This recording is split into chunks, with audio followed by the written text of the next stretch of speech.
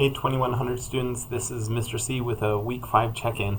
I think things for the most part are going really well. I checked in with my face-to-face class this morning, and I feel like where you're going with your Utah mini case studies and now your unit plan, I feel like you're on track. You watch the videos, you see the templates, I feel like things are going pretty smooth.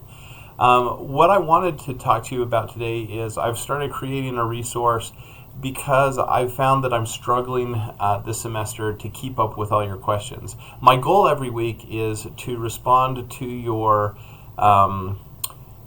lecture reflection or attendance quiz questions with personalized individual responses via video.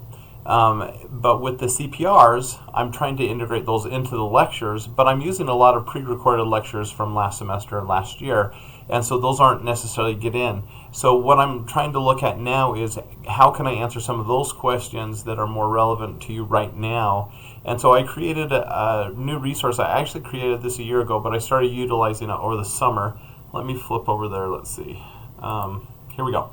So it's elementary teacher tips. It's on YouTube, and what I've done here is there are different playlists, and if you look at the playlist, so we're in week 5 right now. Where's week 5? So contextual factors, and if you click on here, all right, here's another great question I got. I'm gonna upload questions that are highlighted here. I need to make them bigger and figure out how to do this without having to do a lot of editing, but you can scroll through and see here on the side what the questions are and the concerns, and I'm taking some of those that I know I didn't address in the lecture, and I'm answering them here. So for several of you, I know this week with the online class, 3 or 4 of your questions are represented here in this playlist. And I'm not going to make any promises about doing this for every lecture every week because it's a lot of work. I did it over the summer and uploaded 100 videos. It takes some time, but I figured this is a public resource I can make available to you, so even after this class, if you have questions or concerns on certain things and you're like, oh yeah, we talked about that in 2100, you can come look through the archives here by utilizing those playlists.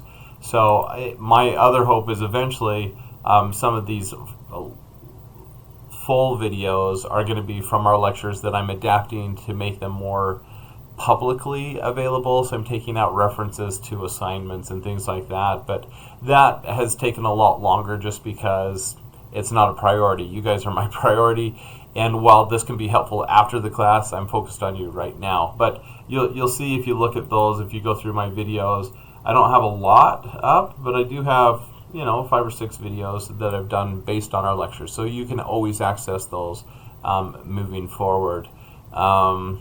And if you have any suggestions for this resource, I'd love to hear it. Obviously, I'm always interested in making new and better resources to support you in what you're doing. So let me know what you think about this. And if you have any questions that you really want me to answer on this, just when you submit it as part of your reflection, just highlight it or asterisk it or something and say, hey, can you put this on the YouTube channel? I think this would be a question that a lot of people would be interested in hearing, and then I'll try to prioritize those ones. All right, so that's all. Have a great day.